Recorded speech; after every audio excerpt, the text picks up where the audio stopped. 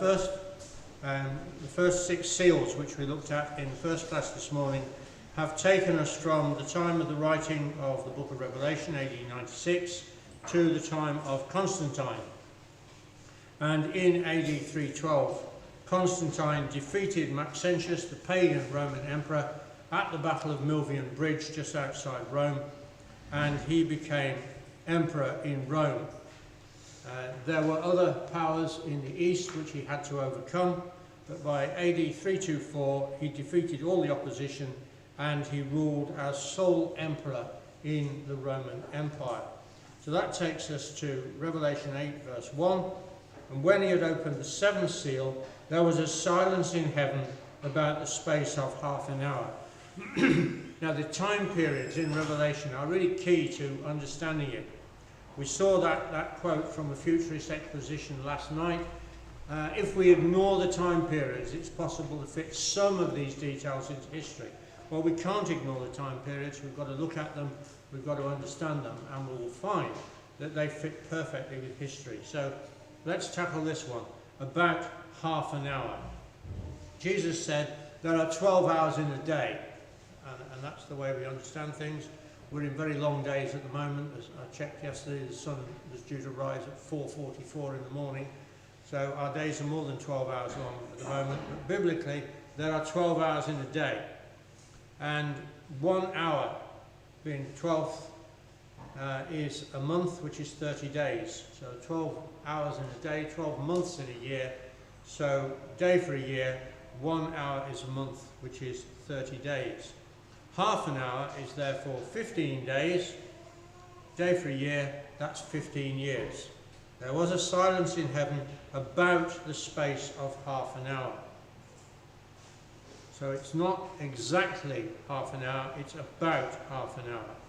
And there was peace in the Roman Empire from AD 324, when Constantine was in sole charge, until AD 337, when he died. And that's 14 years. 14 years, it's about 15 years, about half an hour. So there's the Roman Empire. It was divided into 3 parts at this time. I wonder if you noticed as we read through Revelation 12, how many times you find the phrase, the third part. I reckon 9 times in Revelation chapter 8. And the Roman Empire was divided into 3. There was Western Rome, and the capital of Western Rome was, of course, Rome. There was Eastern Rome. The capital was Constantinople, because Constantine didn't like ruling from Rome. He decided there was a better place. So he moved east to the city which used to be called Byzantium. He renamed it Constantinople. He rebuilt and enlarged it, and that was his capital.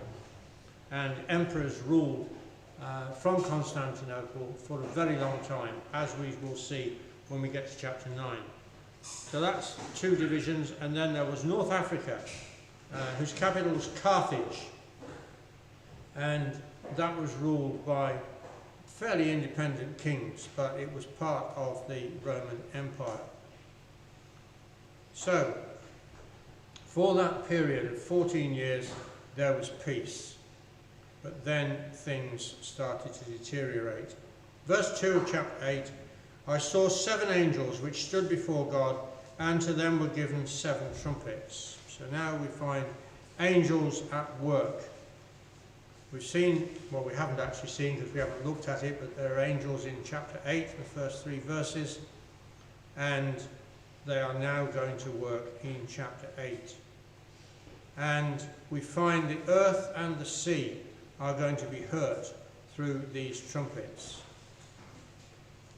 So chapter 8 verse 3, and another angel came and stood at the altar having a golden censer, and there was given unto him much incense, that he should offer it with the prayers of saints upon the golden altar which was before God. And the smoke of the incense which came with the prayers of the saints ascended up before God out of the angel's hand. Why were the saints praying? Well, they were praying because they were being persecuted. Because Constantine, having declared freedom of worship to the Christians, then proceeded through the Council of Nicaea in AD 325 to tell the Christians what they could worship. And the Council of Nicaea decided that Jesus Christ and God were of the same substance. They hadn't quite got to a trinity at this stage, but they certainly got to a duality. And Jesus was, in effect, God. And there was a man called Arius, who lived in Egypt, who said, no, that's wrong. The Bible says Jesus is the Son of God, that he is the begotten Son of God. He cannot be equal to the Father. And the Bible doesn't teach that Jesus is equal to the Father. And Arius' view was pronounced heresy by the church. The church believed that Jesus was God as much as the Father is God. And so Arius, who said that Jesus is the begotten Son of God, was a heretic. And that's going to come out in Revelation chapter 8. So the Christian Roman Empire was persecuting true believers, just as the pagan Roman Empire had. And God is about to deliver them. So verse 5, the angel took the censer and filled it with fire of the altar and cast it into the earth. And there were voices and thunderings and lightnings and an earthquake. Not a great earthquake like the one we saw in chapter 6, but it is an earthquake. There's going to be a great overthrow of ruling powers. So the Christian Roman Empire, which was set up by Constantine, is about to be overthrown. It happened in stages. It took over 1,000 years. But as we'll see, it happened exactly in accordance with the prophecy. So, chapter 8, verse 7, the first angel sounded, and there followed hail and fire mingled with blood, and they were cast upon the earth, and the third part of trees was burnt up, and all the green grass was burnt up. So, third part, in Revelation 8 and 9, third part occurs 13 times. Roman Empire, as you can see, is divided into 3 parts, and each one in turn is going to be subject to the wrath of God, because they had persecuted the saints. So, first of all, Western Rome comes under judgment of trumpets 1 to 4, North Africa, trumpet 5, and Eastern Rome, trumpet 6. That's how the judgments of God are poured out. We start in Western Rome, and then North Africa, and finally Eastern Rome. And the last thing to fall is Constantinople. So there's a map of Europe about the time of Hadrian, 125 AD, and we're going to see where these powers came from. So the first trumpet is Alaric and the Visigoths. Alaric means king of all, and he originated up here in northern Europe, and he and his people were driven west by the Huns, and they settled in the Roman Empire, and Alaric was actually in the Roman army and doing very well as an officer of the Roman army. But a new emperor came to power, and Alaric asked for a pay rise for himself and his troops, and the emperor said no, and we don't like you anyway, so he threw him out. So the Goths made Alaric their king, and he marched on Rome. And Alaric was an Arian Christian. He believed that Christ was the begotten Son of God. So he's actually waging a holy war against the Roman Empire. And Gibbon, the historian, records that on the way to Rome, he said he felt a secret and preternatural impulse which directed and compelled his march to the gates of Rome, because God was using him, just as God used Constantine, and as we shall see, God used Napoleon and Nelson to work out his purpose. God used this man, Alaric. They're not accidents of history. And men knew that they were working out the purpose of God. So Alaric came to Rome. He besieged the city 3 times in 408, 409 and 410, and he took it. And for 6 days the Goths cruelly sacked Rome. It's the first time Rome had been conquered by an enemy for 800 years. So there's the time period, AD 408 to 410. Alaric was at the gates of Rome and defeated it. But shortly afterwards, in 410, he died, his forces dispersed, and shattered Rome tried to rebuild itself. So we come to now the second trumpet. Verse 8 of chapter 8, the second angel sounded, And it was as a great mountain, burning with fire, was cast into the sea. The third part of the sea became blood, and the third part of the creatures which were in the sea and had life died, and the third part of the ships were destroyed. So why this symbology of a great mountain cast into the sea, and creatures in the sea dying, and ships being destroyed? What's going on here? Great mountain, burning with fire, cast into the sea. Well, the next power that appeared was Genseric and the Vandals. And they came from up in the region of Norway and Sweden, and they came south and they settled in Spain. And in North Africa, over in Carthage, was a Roman general called Boniface. And people were rebelling against his rule, and he hadn't got the power to put this rebellion down. And he knew that Genseric and his men were over there, just over the sea in Spain, and so he sent a message to Genseric and said, come and help me. It was a very bad move, because Genseric didn't come and help Boniface, he came and took over.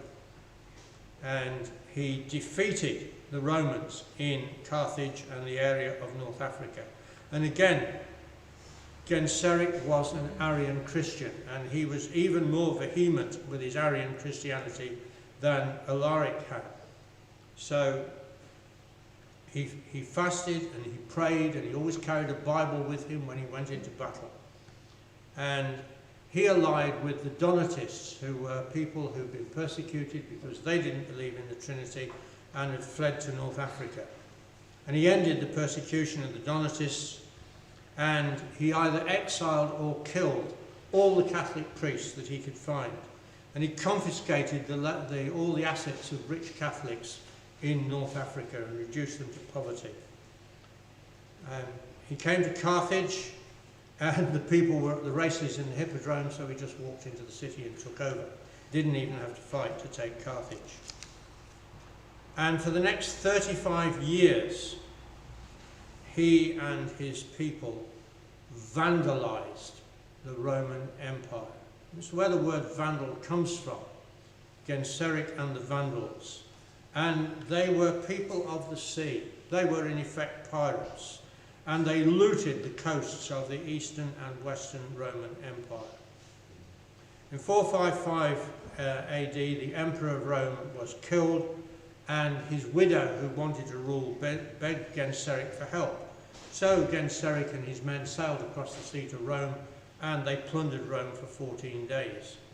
And obviously the Romans didn't like this, so in 460 they sent a fleet of 300 galleys against Genseric's naval forces. And Genseric defeated them. So the Romans said, what are we going to do? So they spent 3 years building 1,113 warships. It cost the Roman economy a huge amount. The inflation must have been enormous, because all the money was going into the naval dockyards to build these ships. And they sailed across the Mediterranean to attack Genseric. And this is how the purpose of God worked out. They sent a message to Genseric and said, we've come, we've got this huge fleet, if you fight us we're going to defeat you, so you might as well surrender now. And Genseric said, can you give me a few days to think about it?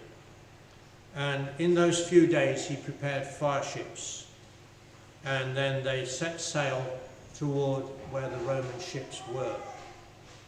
And Gibbon records in his history that Genseric's pilot, bear in mind Genseric was 70 years old at this time and still leading his troops into battle. Genseric's pilot on his flagship said to him, what course shall I steer? And Genseric said, leave the determination of the course to the winds. They will transport us to the guilty coasts, to the people whose inhabitants have provoked the divine justice. And the wind blew them along the Mediterranean coast to where the Romans were. And then the easterly breeze changed to an onshore wind. So Genseric lit his fire ships, and he sent them in on the breeze. AD 428 to AD 477. AD 455 he sacked Rome. And then he sent in his fire ships and he burnt all of those 1,100 Roman galleys. A great mountain cast into the sea. A third of the ships were destroyed, and the Roman Empire was reduced to even greater poverty than it had been before. That blast of the second trumpet lasted a long time, and it was still sounding when the third trumpet was blown. But just notice the locations of the second and third trumpets. The second was sounded, and a great mountain burning with fire was cast into the sea, and a third part of the sea became blood. We're going to find that language again this evening in Revelation 16. And verse 10, the third angel sounded, and there fell a great star from heaven, burning as it were a lamp, and it fell upon the third part of the rivers and upon the fountains of waters. And we're going to... The third angel sounds, and this great star fell from heaven. In verse 11, the name of the star is called Wormwood, and the third part of the waters became wormwood, and many men died because of the waters, because they were made bitter. And that introduces this man, whom the Romans called Flagellum Dii. How's your Latin? Anyone any ideas what that might mean? Richard shaking his head. Flagellum Dii is the scourge of God. So if you flagellate someone, you beat them with a whip or a scourge. And the Romans called Attila the Hun the scourge of God. So these are the Roman Trinitarians, and they believed that God was against them. And so this man came, Attila the Hun. You could tell when the Huns were around. They smelt dreadful, apparently. They never got off their horses. They fought on their horses, and they virtually never, they ate on their horses. They virtually never got off their horses, and they never washed. So Attila the Hun came from fairly far in the east, and they were driven west by the Mongols, and so they moved over into Europe, and they went to Rome. So Attila the Hun devastated the Balkan regions, which were the source of all Europe's rivers, and that's why it says in verse 10 that this star fell upon the third part of the rivers and the fountains of waters. It's that territory in the middle of Europe where all the great rivers have their sources. And then he invaded Gaul, and he was another Arian Christian. He massacred the priests in every city that he took. Judgment on the Catholic Church. In AD 451 he was defeated by the Romans, but he regrouped, he invaded, and he wrecked northern Italy. It was said that the grass never grew again on the spot where his horse had trod. So the symbology there is a great star from heaven, a meteorite flashing across the sky, great impact on the earth. The impact of Attila was brief, but it was devastating to Rome. And then it talks about wormwood. The Greek word for wormwood is absinthos. It's a herb which is bitter and makes the water undrinkable. And the name comes from the river Absinthe, and that's the very region from which the Huns came. So for that time period, they devastated the Roman Empire. And by the time Attila and the Hun and his Huns had finished, the Roman Empire was tottering. So verse 12, the fourth angel sounded, and the third part of the men was smitten, the third part of the sun was smitten, and the third part of the moon, and the third part of the stars. So as the third part of them was darkened, and the day shone not for a third part of it, and the night likewise. Now we've seen that language in chapter 6. Chapter 6 verse 12, and the sun became black as the sackcloth of hair, and the moon became as blood, and the stars of heaven fell to the earth. And that was the overthrow of all the rulership of the pagan Roman Empire. And God uses the same language in Revelation 8 verse 12 of the overthrow of all the rulership of the Christian Roman Empire. And so the fourth trumpet came. The Ostrogoths, they came again from northern Europe, and they came down to Rome. First of all, Odoacer in 476 defeated the last Roman emperor, Romulus Augustus, and took over, and then he was defeated in turn by Theodoric in AD 493. And he established the Gothic kingdom and the end of the Western Roman Empire. But what about the time period?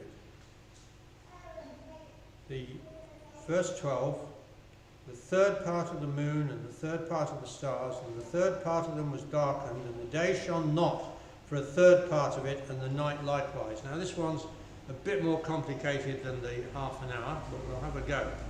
There's the extent of the Gothic Empire. They ruled over all of Italy and part of southern Europe. So, fourth trumpet. 1 hour is a month, as we've seen, it's 30 days. So a third of the day is 4 hours, which is 120 days or 120 years. Third of the night is the same, so you've got a total of 240 years of total eclipse, no sun, no moon. In AD 560, the Roman Emperor in Constantinople, Justinian, issued a decree in which he degraded Rome to a second-rate city. He declared the capital in the west was Ravenna, not Rome, and Italy was a province of the Eastern Empire. So the Western Empire has gone completely. There's no emperor, there's no Rome as a capital. And that lasted for 240 years, because 240 years after AD 560 is AD 800.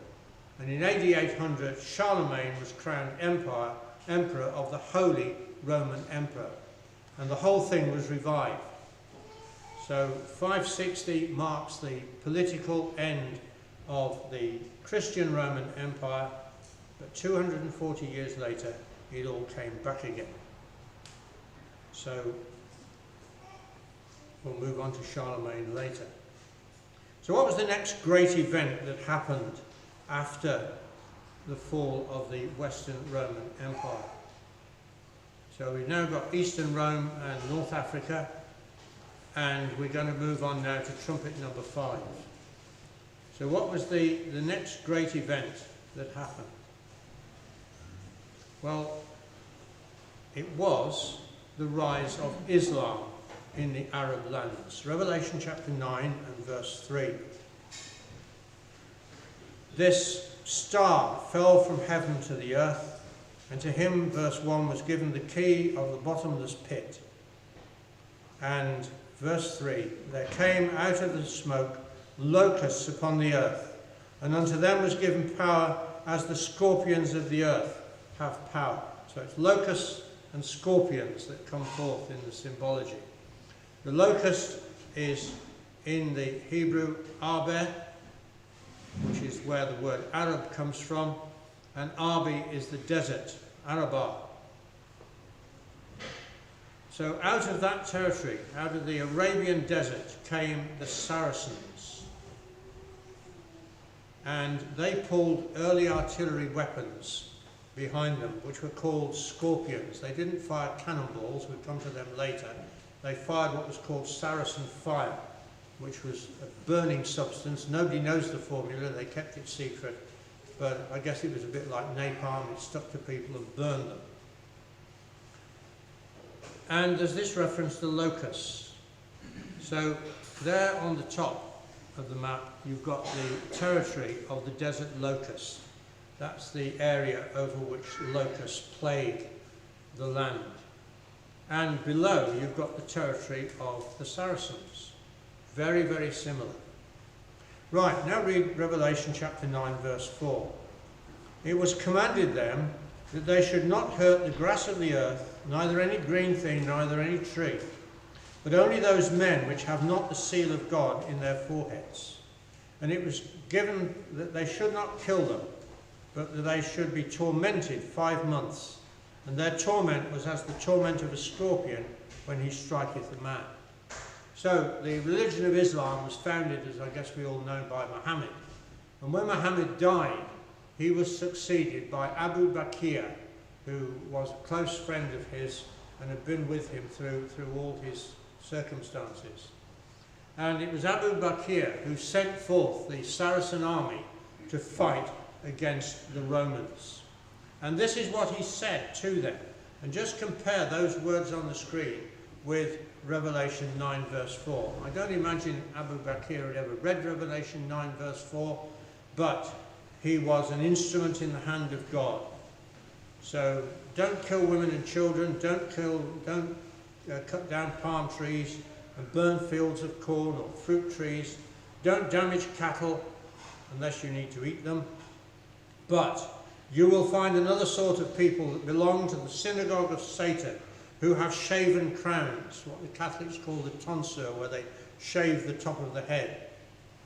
Be sure you cleave their skulls and give them no quarter until they either turn Mohammedans or pay tribute. So they were given three choices: either be killed, become a Muslim, or pay tribute. And so, verse 5, they were tormented by them for 5 months. So, here's the detail of the fifth trumpet. Star fell from heaven. Muhammad was driven from Mecca to Medina, and there he started his new religion of Islam. He was given a key. He gained power through his religion of Islam. And they came out of the pit, out of the Arabian deserts. And that's the shaft, as we'll see in a minute on maps, which gave them access to the abyss. And the abyss is the Catholic Empire. If you have a look at chapter 11 and verse 7. I'm not going to go into the detail of chapter 11, but just pick up this detail. When they shall have finished their testimony, the beast that ascendeth out of the bottomless pit shall make war against them and shall overthrow them and kill them. And that's the Catholic power in Europe making war against those who believe the Bible. The bottomless pit is Europe, and Britain's now out of it. So Muhammad was given the key, or the Muslims were given the key to get access to the abyss, the shaft, but not into Europe itself. So they were given the choice: convert, pay tribute, or die.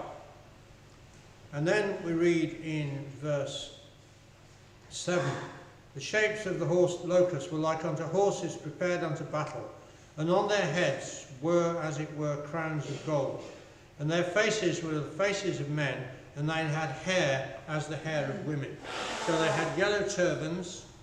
They were all bearded, unlike the Catholics who were clean shaven, and they had long hair under their turbans. So the symbology fits precisely. They had tails like scorpions, so they towed this scorpion artillery, firing Saracen fire into battle. And they were around, it says, for 5 months. Verse 5. They should be tormented 5 months. And 5 months of the year is the period of locust activity. They appear from May onwards for a period of 5 months. So if we work out the arithmetic, there's a 5 months in verse 5, and there's another 5 months in verse 10. So you add those together, and you get a time period of 300 days equals 300 years. And that goes from 636, when the Muslims defeated the Persians, to 936, when the Caliph of Baghdad was deposed. So they had power for that period of 300 years, as Scripture said they would. And they had a king over them, verse 11. It's the only period in history where the Arabs, the Muslims, have been united under a certain single ruler, the Caliph in Baghdad. You look at the Arab nations now, they have no head. They are all disparate, different nations with their own policies. Islam is divided into Shiite and Sunni, and they don't have an authority at the top. they did then.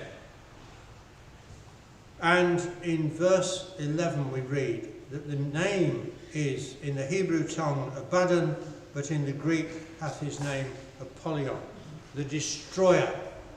And by the early 8th century AD, they conquered all of North Africa and were moving through Spain and Portugal into Europe.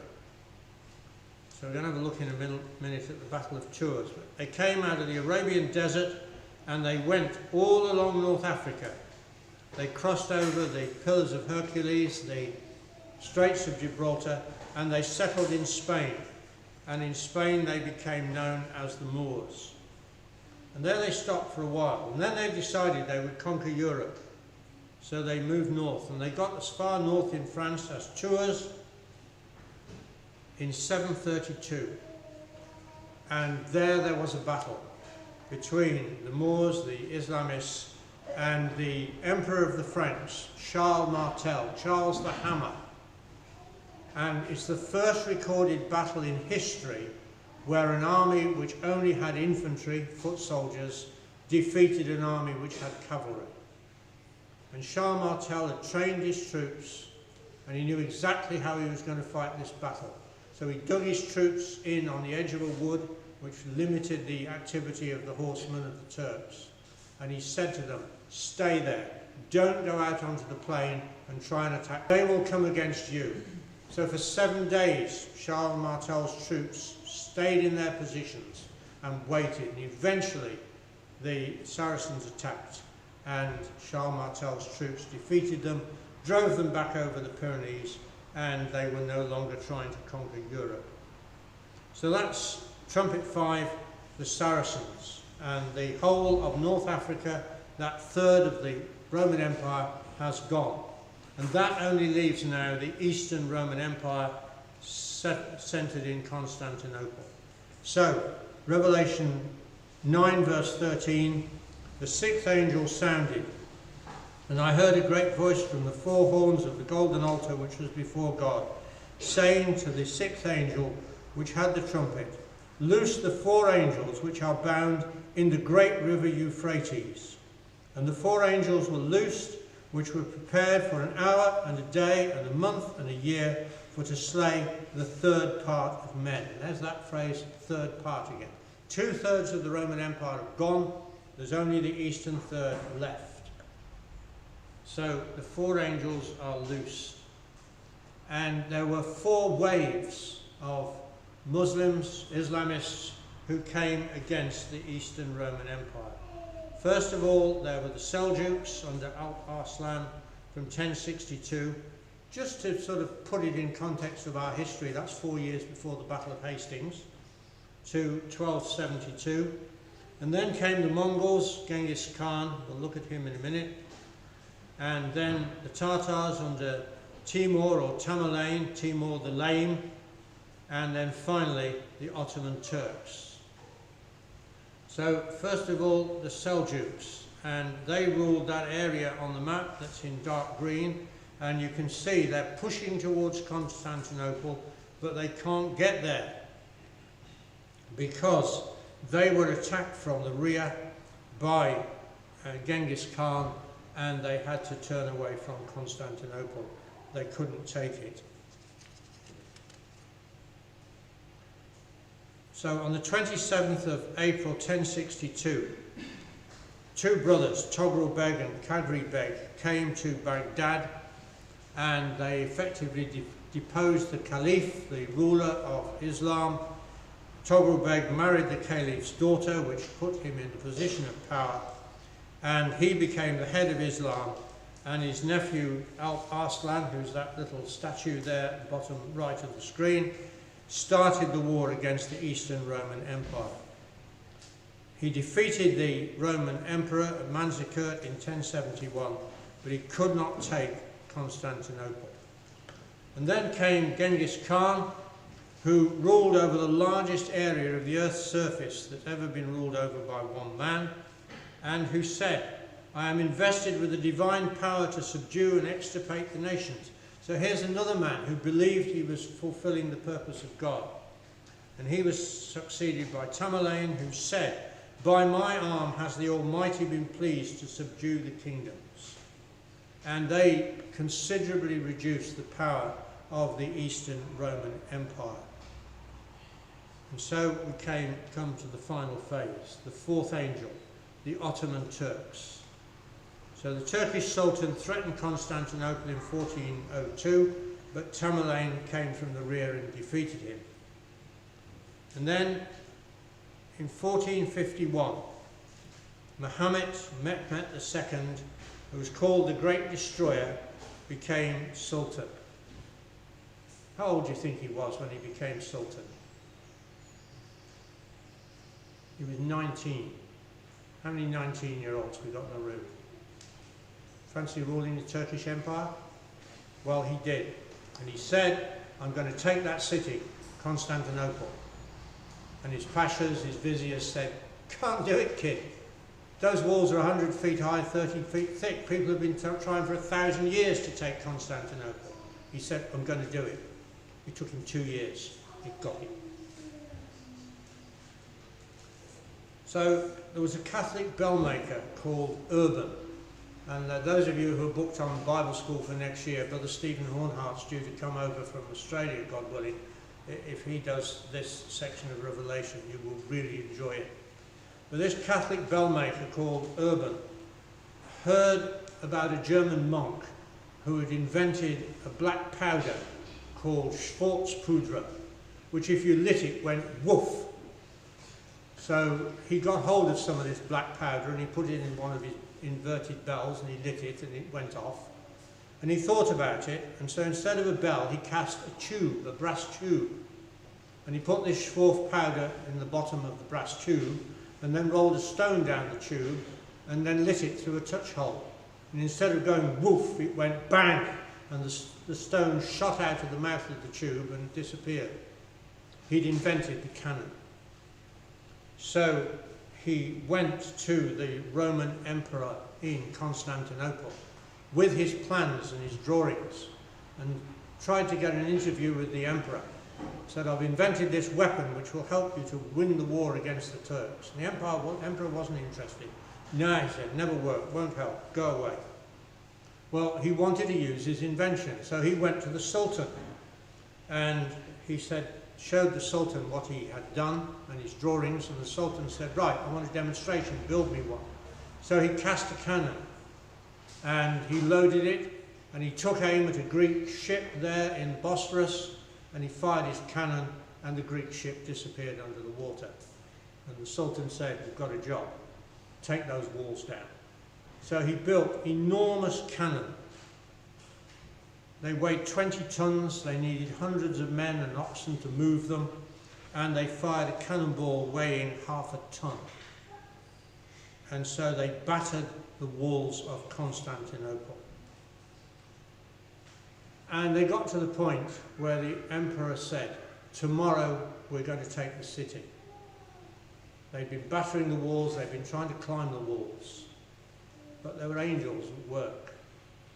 He was given the key, and during the night the Turkish guards found a Greek who had come out of the city and he was stripping the bodies of the slain of anything that was of value. And they said to him, how did you get out of the city? And he said, give me a bag of gold and I'll show you.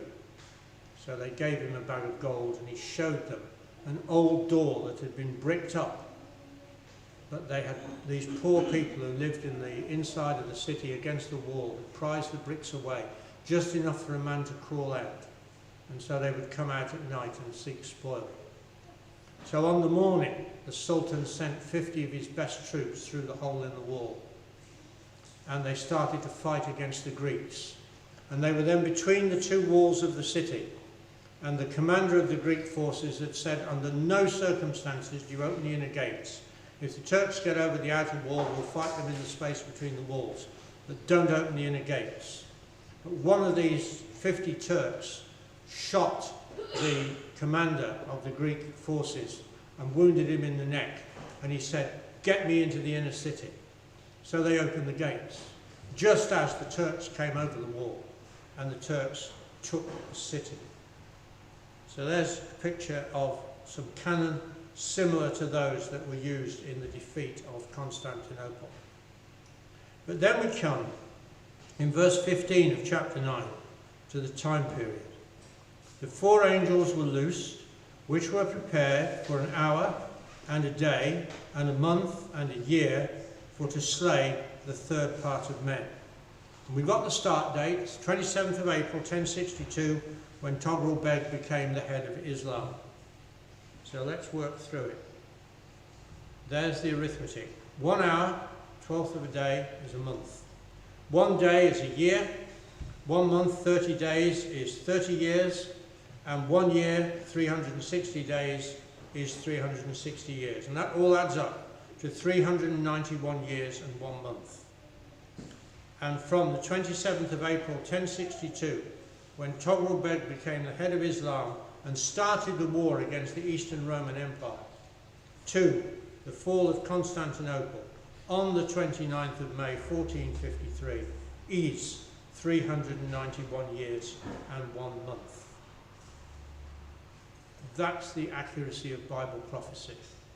It works out time and time again, and it confirms that our understanding of the events that are portrayed in symbol in these chapters in Revelation is correct. So, what have we seen? We've seen that in chapter 6, God destroyed the pagan Roman Empire. We've seen that in chapter 8, God destroyed the Western Roman Empire. And we've seen in chapter 9 that he destroyed the empire in North Africa and the whole of the Eastern Roman Empire. And tonight we're going to see that God would destroy the Holy Roman Empire through chapter 16. And we're now in the final phase, where we've got the Roman beast in Europe, following the Lisbon Treaty, which I mentioned last night, which gives the Catholics power to influence European legislation. An American writer wrote, "There is now no democracy in Europe. A beast stalks the continent." I don't know whether he'd read Revelation, but he's absolutely right with his symbology. So the testimony of the book of Revelation is it's the record in history of God's work, and it gives us the confidence that the beast system is going to be destroyed. And that's what Revelation 17 and 18 talks about. And the saints are going to be manifest in glory, and the kingdom of God is going to be established upon the earth, which is what we're going to look at tomorrow.